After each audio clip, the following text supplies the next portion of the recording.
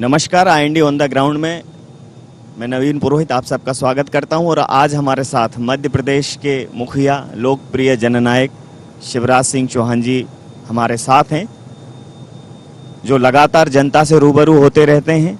आज मध्य प्रदेश के समर में जो उपचुनाव हैं, उपचुनाव के समर में एक चुनावी दौरे पर हैं। हम उनसे जानने समझने की कोशिश करेंगे कि जो जनता से इस प्रकार की उनकी कनेक्टिविटी है, जिस प्रकार से वो जनता के साथ रूबरू रहते हैं, तो इस बार भी उन्हें प्रतिसाद मिलेगा क्या? जनता उपचुनाव में भारतीय जनता पार्टी का वरण करेगी? सर, आपका आईएनडी 24 में बहुत बहुत स्वागत। सर, मेरा पहला प्रश्न, पहली बार ऐसा हो रहा है कि 6 महीने के अंतराल में ही जनता के सम्मुख फिर जाना पड़ रहा है। बहुत कम समय है और जनता के सामने फिर आप उपस्थित हो रहे हैं कि वो आपको रिस्पॉन्स करें। हम तो जनता के सामने उपस्थित होते ही रहते हैं। जब सत्ता में थे तब भी जनता के बीच, जब सत्ता के बाहर गए तब भी जनता के बीच, अब फिर से सत्ता में तो फिर जनता के बीच है। जनता के हैं, जनता के लिए जीते हैं, जनता के लिए काम करते हैं। हम जनता के, जनता हमारी। चाहे सरकार थी चाहे नहीं थी, जब 15 महीने सरकार नहीं रही तब भी जनता की आवाज आपने उठाई और आपने कहा टाइगर जिंदा है, टाइगर दहाड़ा।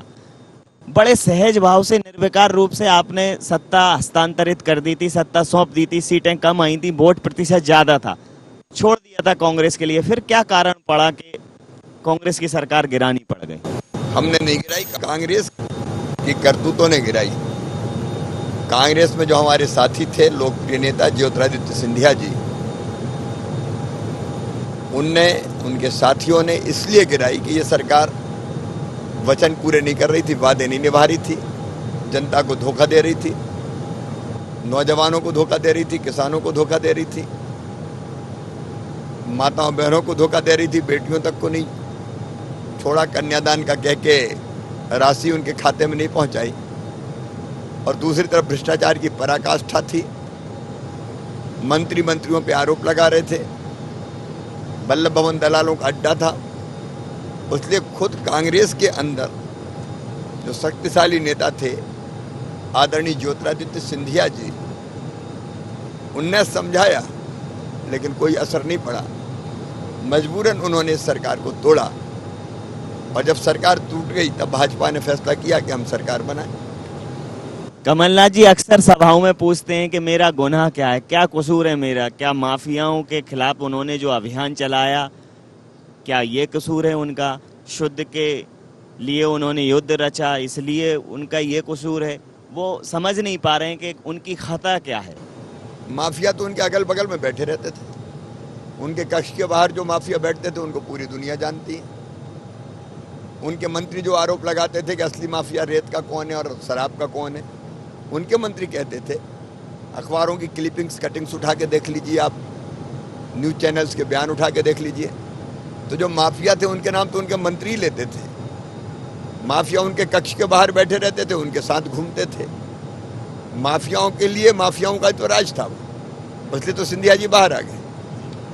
जिस प्रकार से अभी एक सभा में किसान कांग्रेस के प्रदेश अध्यक्ष हैं, कमलनाथ जी के काफ़ी करीबी हैं, बड़ा व्यक्तिगत और निश्चित रूप से उसको स्तरहीन कहना लाजमी होगा कि उन्होंने कहा कि कमलनाथ जी नंबर 2 के उद्योगपति हैं और आप भूखे नंगे परिवार की पृष्ठभूमि से आते हैं। सीधा आक्षेप लगाया और पूरे प्रदेश में एक उबाल सा आ गया। मैं भी शिवराज ट्रेंड करने लगा। इस आरोप पर आप क्या कहें? मैं तो जनता का सेवक हूं और सेवक रह के ही सरकार चलाई है हमने। और इसलिए वो भूखा कहें, नंगा कहें, कभी कलाकार कहें, कभी नालायक कहें। अब ये बड़े लोग हैं, उद्योगपति, इनको हक है कि किसी सामान्य परिवार में, किसान परिवार में, पिछड़े परिवार में पैदा हुए कार्यकर्ता पर कुछ भी आरोप लगा दें। देखिए, हम तो मेहनतकश लोग हैं, इसी माटी में पैदा हुए हैं। यही हमारी कर्मभूमि है, यही हमारी जन्मभूमि है और इसी धरती की बेहतरी के लिए, जनता की बेहतरी के लिए हम काम कर रहे हैं। लेकिन तुम उद्योगपति हो, तुम कहाँ से आए हो इसका आज तक मध्य प्रदेश की कहाँ तुम्हारा ठिकाना था आज तक जनता को पता नहीं है। कहाँ नरा गड़ा ये भी लोग नहीं जानते। हम इसी माटी में जन्मे लोग नंगे भूखे हैं। क्या मध्य प्रदेश को नंगा भूखा समझते हो? क्या जनता को ऐसे ही मान के ट्रीट करते हो? अब इसका जवाब तो जनता पूछेगी, मुझे क्या आपत्ति, नंगा कहो भूखा कहो, मैं तो मस्त हूँ अपने काम में। कल आखिर आपने एक सवाल उठा ही दिया।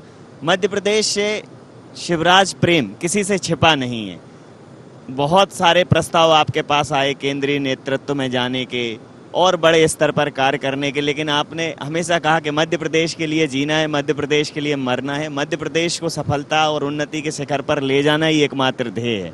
कल आपने पूछ लिया कि हम तो मध्य प्रदेश के हैं, आप बाहर से आए हैं, तो कांग्रेस कह रही है कि 40 साल से राजनीति कर रहे हैं, छिंदवाड़ा से लगातार रिस्पांस मिल रहा है, छिंदवाड़ा का मॉडल देखिए, छिंदवाड़ा को उन्होंने स्वर्ग जैसा बना दिया है, फिर भी आप ऐसा सवाल पूछ रहे हैं।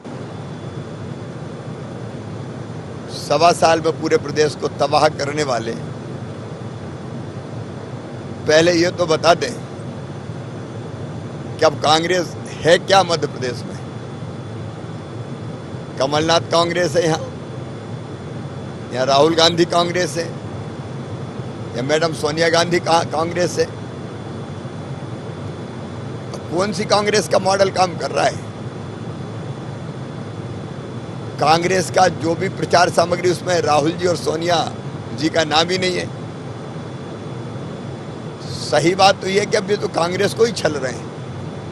और कांग्रेस मतलब क्या, कोई इक्का दुक्का नेता बोल रहे हैं, बाकी नेता तो कहीं दिखाई नहीं दे रहे। कांग्रेस ने आज धारा 370 पर पहले अक्सर ये सवाल उठाते थे कि किसी में क्षमता हो, किसी में दमखम हो तो 370 हटा के दिखाए। आदरणीय प्रधानमंत्री मोदी जी के नेतृत्व में यह कार्य हुआ, लेकिन आज धारा 370 को पुनर्स्थापित करने के लिए कांग्रेस ने कश्मीरी जो पार्टियां हैं, कश्मीर के जो नेता हैं, फारूक अब्दुल्ला जी, महबूबा मुफ्ती जी, उनके साथ एक फ्रंट बनाया है। आपकी प्रतिक्रिया? देश के साथ धोखा और गद्दारी है ये। एक देश में 2 निशान 2 विधान 2 प्रधान नहीं रहे, ये वर्षों की साध थी भारत की जनता की। कश्मीर भारत का मुकुटमणि है, ताज है हमारा, अभिन्न अंग है, उसको कोई छीन नहीं सकता। और इसलिए मोदी जी ने धारा 370 हटाने का साहसपूर्ण और देशभक्ति पूर्ण फैसला किया। अब कांग्रेस धारा 370 हटवा के क्या कश्मीर को भारत का अभिन्न अंग नहीं रहने देना चाहती? क्या कांग्रेस पाकिस्तान और चीन के हाथों में खेल रही है? और कांग्रेस जो कर रही है वो जनता बहुत ध्यान से देख रही है, कांग्रेस को उत्तर देना पड़ेगा।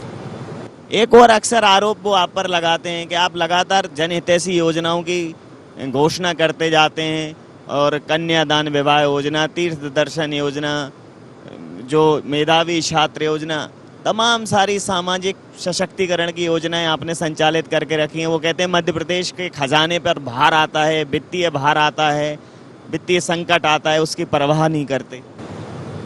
अरे नेता तो वो है जो रास्ता निकाले। नेता रोज हो नहीं सकता मैं क्या करूं, मेरे पास पैसे ही नहीं है। विपरीत परिस्थितियों में जो नई राह बना दे वो लीडर है। जनता को छोड़ दे कष्टों और कठिनाइयों में और ये कह के कि मेरे पास पैसा नहीं, वो काहे का नेता? संकट है, होगा, हमें परवाह नहीं है। हम व्यवस्था करते हैं और जनता को राहत देते हैं, जनता की समस्याओं का समाधान करते हैं। मध्य प्रदेश में वो कह रहे हैं कि हम मध्य प्रदेश को वैश्विक पटल पर ले जाना चाहते थे। मध्य प्रदेश में अंतर्राष्ट्रीय स्तर का वो आईफा और आईटा इतने बड़े आयोजन करने वाले थे, उन आयोजनों में भी आपको खामियां दिखाई देती हैं। आपने प्रतिक्रिया भी दी है कि मेरे को तो गरीब का दर्द, किसान की पीड़ा, आम आदमी के दर्द दिखाई देते हैं, आईफा आईटा बाद की चीजें। मध्य प्रदेश में आईफा का क्या करेंगे? कोरोना की चिंता नहीं की, आईफा करवा रहे हो। बाकी विकास के लिए पैसा नहीं, आईफा के लिए बजट से भी पैसा दे रहे हो, उद्योगपतियों से भी ले रहे हो। काय के लिए आईफा? आईफा मध्य प्रदेश की प्राथमिकता नहीं है। मध्य प्रदेश की प्राथमिकता किसान है, गरीब है, नौजवान है, माताएं बहनें हैं, यहाँ का विकास है। तमाशों पे पैसा खर्चा करना ये मध्य प्रदेश के साथ न्याय नहीं है। शिवराज के चरित्र को, शिवराज के स्वभाव को लोग पानी जैसा मानते हैं कि शिवराज में हर रंग मिलाया जा सकता है। लेकिन कांग्रेस कह रही है कि भले ही ज्योतिरादित्य को हीरा कह लो, लेकिन ज्योतिरादित्य जी कहीं घुलनशील नहीं है, मिलनशील नहीं है। वो कल को भारतीय जनता पार्टी के लिए संकट बनेंगे। और आप कह रहे हैं कि शिवराज और महाराज एक पे 11 हैं। श्री ज्योतिरादित्य सिंधिया जी अत्यंत लोकप्रिय, विनम्र, शालीन और बुद्धिमान नेता हैं। कांग्रेस ने उनकी कदर नहीं की। अब वो सही जगह आए भारतीय जनता पार्टी में। पार्टी उनका बेहतर उपयोग करेगी प्रदेश की, देश की सेवा के लिए। चौथी बार मुख्यमंत्री बने हैं। एक अवरोध है उपचुनाव का, छोटी बाधा है। कांग्रेस कह रही है ये हिमालय जैसी बाधा है, इसको भारतीय जनता पार्टी पार नहीं करवाएगी, भले ही शिवराज जी चौथी बार मुख्यमंत्री बने हो। इसके बाद कमलनाथ जी मुख्यमंत्री बनने वाले हैं। वो तैयारियां कर रहे हैं, झंडा वंदन भी करेंगे। उन्होंने समय सीमा भी दे दी कि 30 दिन में सब बदल देंगे। जनता सच जानती है, कोई बाधा ही नहीं है। 1.25 साल में जनता सब समझ गई थी और इसलिए सरकार गिरी, हम सत्ता में आए, अब यही सरकार चलेगी। 1.25 साल में आपने कई बार चेताया प्रशासनिक अधिकारियों को, जनप्रतिनिधियों को, सरकार को कि सुन लो नहीं तो हम वापस आ जाएंगे, सुन लो। आपको वो जो चेतावनी जो आ रही थी उसमें एक बड़ी ध्वनि थी। ऐसा था कि ये ध्वनि आखिरी परिणाम की है कि समझ जाओ, समझ जाओ। आपको वो इंस्टीट्यूशन कहाँ से प्रेरणा मिल रही थी कि ये लोग ठीक नहीं कर रहे हैं? हम सत्ता में नहीं रहते तो अभी लड़ते रहते, लड़ने का दमखम है हमें।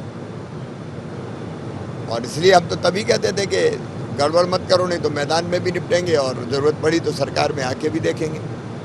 अंतिम सवाल सर, 28 चुनावों में भारतीय जनता पार्टी के स्थान को आप किस जगह देखते हैं? देखिए, चारों तरफ इस समय भारतीय जनता पार्टी के पक्ष में माहौल है। लोगों का प्यार और आशीर्वाद मिल रहा है।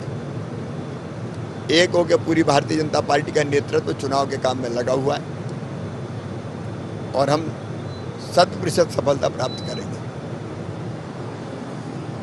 वो फटे हालों के दुख क्या समझेंगे जिनके कांधों पर डली हो शॉल रेशम की। और कांग्रेस की आज ऐसी है स्थिति कि नाव कागज की और पाल रेशम की। कांग्रेस का जो नेतृत्व है उसको गांव, गरीब, किसान के सरोकार से कोई वास्ता नहीं है। उनकी अपनी सोच है, हमारी अपनी सोच है। हमारा सोच इस देश की जो अर्थव्यवस्था है, इस देश की जो नींव है, वो है किसान, वो है गांव।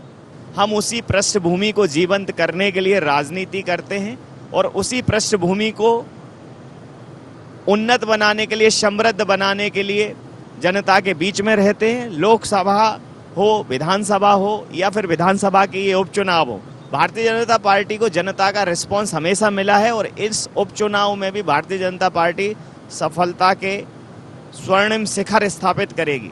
शिवराज जी का जो आत्मविश्वास है वो ये बता रहा है कि वो उपचुनावों को लेकर बिल्कुल भी चिंतित नहीं है।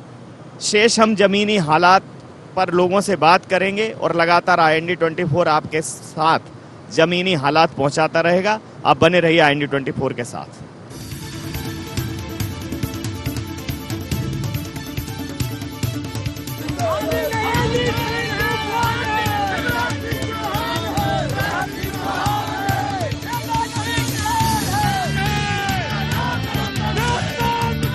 की रतनगढ़ वाली मैया की, रतनगढ़ वाली मैया की, पीताम्बरा माई की, पीताम्बरा माई की, भारत माता की, भारत माता की। अभी वो कह रहे थे कि कितना मुलायम है हमारा प्रत्याशी, और सामने जो प्रत्याशी हैं वो दोनों ऐसे प्रत्याशी हैं कि जिनका अहंकार सिर पर चढ़ के बोलता है। जब अभी उनका ये हाल है तो कोई पावर आ गया, वैसे तो कभी उन पे आएगा नहीं, क्योंकि जो हिटलर की चाल चलता है वो ऐसा ही रह जाता है। पर आ जाएगा तो फिर इनकी चाल समझ में नहीं आएगी। वो गाना है ना, कोई इनके पैरों में घुंघरू बंधा दो तो फिर इनकी चाल देख लो, वो स्थिति है इनकी। और एक तरफ हमारे प्रत्याशी हैं। अच्छा, यहां से हटा दो, ऐसा नहीं कि इन प्रत्याशियों में ही अहंकार हो। इन कांग्रेसियों के पास पहुंच जाओ, मुख्यमंत्री हमारे को देख लो और कमलनाथ को देख लो। आपके बीच में इस स्थान पर हमारे मुख्यमंत्री माननीय शिवराज सिंह जी चौहान अभी तक कम से कम आधा दर्जन से ज्यादा बार आ चुके। मैं झूठ कह रहा होता, आ चुके ना। आज लो कबहू कमलनाथ आओ, 15 महीना मुख्यमंत्री रहो, कबहू दतिया भांडेर सेवड़ा कहूं आओ, पीताम्बरा माई पे आओ, गोदन सरकार आओ, रतनगढ़ वाली मैया आओ। अपनी मैया पे सबसे बड़ो घंटा बताओ कौन ने चढ़ाओ? चढ़ाओ कि नहीं चढ़ाओ? बाकी सालों भी तक टंकार आ रही है, तो अपने मुख्यमंत्री की टंकार भी पूरे मध्य प्रदेश में जा रही है। जन जन के हृदय में बात करने वाले मुख्यमंत्री, मध्य प्रदेश के लाडले किसानों के चहेते आदरणीय शिवराज सिंह चौहान जी से अनुरोध करूंगा कि वो आए और आप सबको संबोधित करें। तालियों की गड़गड़ाहट के साथ पता चले मध्य प्रदेश के राजा को कि हाँ, भांडेर में मेरी बात है। आदरणीय वाली मैया की, पीताम्बरा माई की, सालोन भी और आसपास की जनता की, सभा में आई बहनों भाइयों की और मेरे भांजे और भांजियों की। ये अलग बात है कि मैं जनता को प्रणाम करता हूं तो भी उनको जलन होती है, क्योंकि वो तो झुकना जानते नहीं है। वो मुझ पे आरोप लगाते हैं कि मुख्यमंत्री तो हर किसी के सामने घुटने टेक देता है। एक कमलनाथ, लोकतंत्र में जनता ही भगवान होती है रे, और जनता की सेवा भगवान की पूजा है। इसलिए एक बार नहीं 1 लाख बार इस जनता को शीश झुका के प्रणाम करूंगा, नमस्कार करूंगा। और नरोत्तम जी अभी बता रहे थे, भारतीय जनता पार्टी की समर्थक सालोन बी और पट्टी कट्टर समर्थक रही है। मैं आया था जन आशीर्वाद यात्रा में, सालान भी वालों ने मांग की थी कॉलेज की, उप तहसील की, लेकिन तब हमारी सरकार नहीं बनी तो मामला रह गया था। लेकिन अब हम फिर से आ गए, जो वादा किया वो निभाना पड़ेगा। और इसलिए पुरानी घोषणाएं आज मैं कह के जा रहा हूं, नवंबर के महीने में ही सालोन बी को उप तहसील बना दिया जाएगा और कॉलेज खोल दिया जाएगा। हम जो कहते हैं वो करते हैं, लेकिन करने की हैसियत में इसलिए आए कि जब कांग्रेस ने वादे पूरे नहीं किए, वचन निभाए नहीं, और नरोत्तम जी बता रहे थे वल्लभ भवन को दलालों का अड्डा बना दिया, जनता का प्रवेश बंद था। विधायक जाते थे तो कहते थे चलो चलो चलो चलो, टाइम नहीं है। लेकिन उद्योगपति आ जाए, दलाल आ जाए तो दरवाजे खुल जाए, दिल के भी और वल्लभ भवन के भी। कहां से आएगा, कैसे आएगा, लाओ लाओ लाओ। लूट लिया पूरे मध्य प्रदेश को। और जब सिंधिया जी ने छेड़ा, टोका कि ये मत करो कमलनाथ, वादे निभाओ, वचन पूरे करो, बोले नहीं करो तुम क्या कर लोगे, तो हम सड़कों पर उतर जाएंगे। तो बोलो उतर जाओ। जाको प्रभु दारुण दुख देही, बाकी मती पहले हर ले। और रक्षा जी ने भी तय किया कि भांडेर का जो विकास ना कर सके, सालोन बी का जो विकास ना कर सकते, उस सरकार में नहीं रहना, और त्याग पत्र देके जनता की अदालत में फिर से 1.25 साल में आ गई। इससे भारतीय जनता पार्टी की सरकार बनी। अपन ने तो भैया सोचा ही नहीं था। 5 सीट कमाई, वोट ज्यादा मिले। अपन ने तो झोला टांगा कंधे पे और कहा चलो भैया शिवराज लड़ो। तो जगह जगह आंदोलन प्रदर्शन करने लगे। हमने सोचा अब तो 5 साल के बाद देखा जाएगा, लेकिन नरू दादा बेचैन थे। उनके तो लूटे ले रही है सरकार, बर्बाद कर रही है, और सिंधिया जी ने धमाका कर दिया, वो सरकार तोड़ दी। आईएनडी ऑन द ग्राउंड में आज हम प्रदेश के मुखिया शिवराज सिंह चौहान जी के साथ थे, जिन्होंने आज भांडेर विधानसभा में सालोन बी करके एक जगह है वहां जनसमूह को संबोधित किया, और जिस प्रकार से चिरपरिचित शैली में उन्होंने जनता को कनेक्ट किया, एक बार फिर लगा कि भारतीय जनता पार्टी के पक्ष में माहौल बनता दिखाई दे रहा है। यहाँ भारतीय जनता पार्टी के कुछ जनप्रतिनिधि हमारे साथ हैं, जिसमें भांडेर नगर पालिका के अध्यक्ष हैं बल्ले रावत जी, हम उनसे चर्चा करेंगे। बल्ले जी, इस बार का जो चुनाव है, कुछ लोग जो आज से कुछ महीनों पहले आपके प्रतिद्वंदी थे, विरोधी थे, अब वो आपके साथ गलबैयां कर रहे हैं, तो आपकी ये दोस्ती, आप तो गा रहे हो ये दोस्ती हम नहीं तोड़ेंगे, लेकिन जनता को समझ आएगी ये दोस्ती? बिल्कुल समझ आएगी पुरोहित जी, जनता पूरी तत्पर है। भांडेर के विकास के लिए ये लड़ाई लड़ी जा रही है।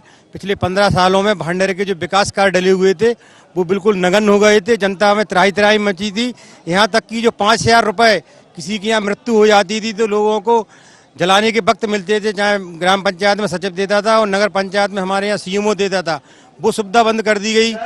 लेकिन ऊपर वाले की कृपा हुई, सिंधिया जी का साथ हुआ, नरोत्तम जी ने मध्य प्रदेश के विकास के लिए पूरी ताकत लगाई और ये सरकार बनी तो धान की खेती पुनः चालू हुई।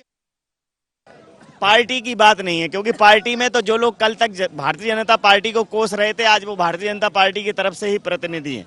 तो यहाँ व्यक्ति की भी बात है। यहाँ स्थानीय नेता हैं जो दतिया और चंबल क्षेत्र में खासा दखल रखते हैं, प्रदेश के बड़े नेता हैं। नरोत्तम मिश्रा जी की भी प्रतिष्ठा दांव पर है, शिवराज जी ने भी उल्लेख किया।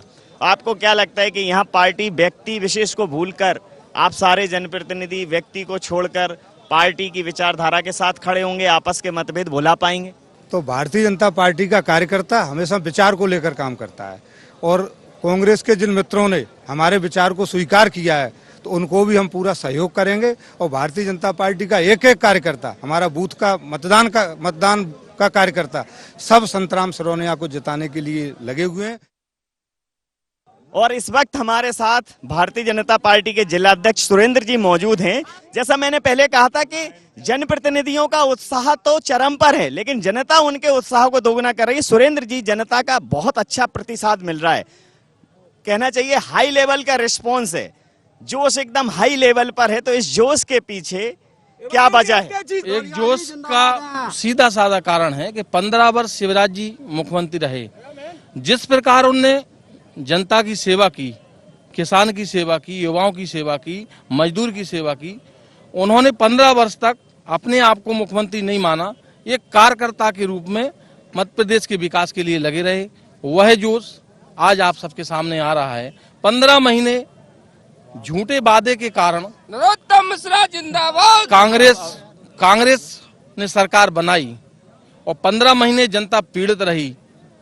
उनके दुख दर्द में भारतीय जनता पार्टी खड़ी रही। इसका आज परिणाम है कि पुनः मुख्यमंत्री शिवराज सिंह चौहान जी हैं।